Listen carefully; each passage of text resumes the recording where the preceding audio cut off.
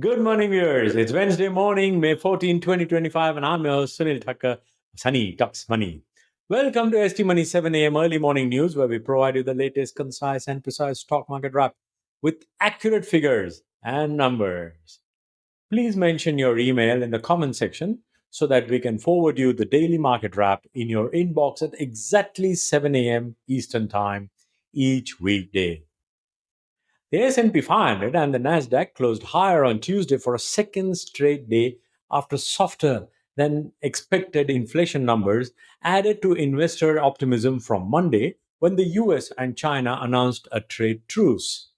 The Dow fell, however. The Dow Jones Industrial Average slipped 0.6% or about 270 points. The S&P 500 gained 0.7%, closing in positive territory for the year for the first time since February. The Nasdaq Composite rose 1.6%, extending Monday's rally on the heels of the US-China tariff thaw. Signs of cooling inflation continue to fuel Wall Street's renewed appetite for stocks. The S&P 500 closed with a year-to-date gain for the first time since late February after data showed that the US consumer prices rebounded moderately in April, with headline inflation increasing 0.2% last month compared with economist estimates for a 0.3% increase and a 0.1% drop in March. The consumer price index showed inflation easing slightly to 2.3% in the 12 months through April. That marked the slowest annual rate since early 2021 and undershot expectations that it would remain at 2.4%. Tech company shares led Tuesday's gains. Gains from Palantir Technologies and Supermicro Computer on Tuesday put the S&P 500 back into the black for 2025. Palantir, which sells artificial intelligence software, jumped 8.1% to a record high of $128. Supermicro Computer climbed 16%. Tesla rose 0.49% and Nvidia rose 5.6%. Boeing shares rose after China scrapped a ban on airlines taking delivery of the aviation company's planes.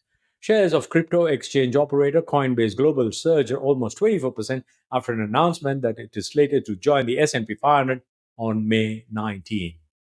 However, the Dow was weighed down with the biggest drag at a 17.8% slide in shares of United Health after insurance bellwether suspended its annual forecast and its CEO stepped down. Among the S&P 500's 11 major industry sectors, 6 advanced, with technology being the biggest gainer, ending up 2.25%, while healthcare was the biggest loser, down 2.97%.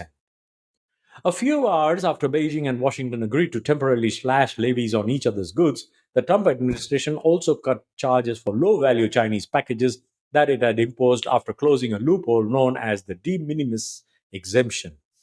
President Trump visited Saudi Arabia, where he and Crown Prince Mohammed bin Salman signed on Tuesday his broad economic partnership strategy and a series of commercial agreements. Still, there were some notes of caution remaining in the markets. Gold futures, a haven during periods of market turmoil, rose 0.6% to $3,240 Tuesday. Meanwhile, Treasury yields edged higher. The benchmark 10-year yield settled at 4.498%, up from 4.454% on Monday, whereas the dollar eased. My take: US-China truce and its ripples on markets. For investors, recent pacts with the UK and China offer welcome signs. The White House is retreating from its harshest tariff threats, though there is still substantial uncertainty over where tariffs will settle. The US will temporarily lower the extra tariffs it imposed on Chinese product imports to 30% from 145% for 3 months, while Chinese duties on US imports will fall to 10% from 125% in the same period. Along with this, a 90-day pause announced on April 9 for countries other than China, with solid earnings report and a limited UK-US trade agreement last week, has certainly buoyed the sentiments. Improvement in US and China trade relations is going from iceberg to 80 degrees spring day overnight.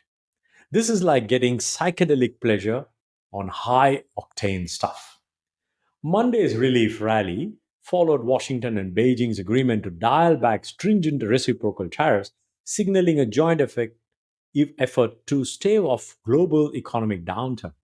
What this does is give the Fed the ability to focus on the labor side of this dual mandate in the coming meetings. Investors are trying to get back aligned with the growth narrative. This is a market still waiting for news and clarity, but in the meantime, the worst case scenario seems to be off the table. Spider senses have started to tingle. When one is offered a discount, whether it's a stock market or a shopping store, one buys. Yet, one cannot get too excited about a lot of this stuff until pen is turned into law. And that's the wrap for today, my dear viewers. And if you got value from this, please do subscribe, like, and share this video as much as possible. I will see you again tomorrow morning. In the meantime, happy investing, stay inspired, and remember, it's all about money.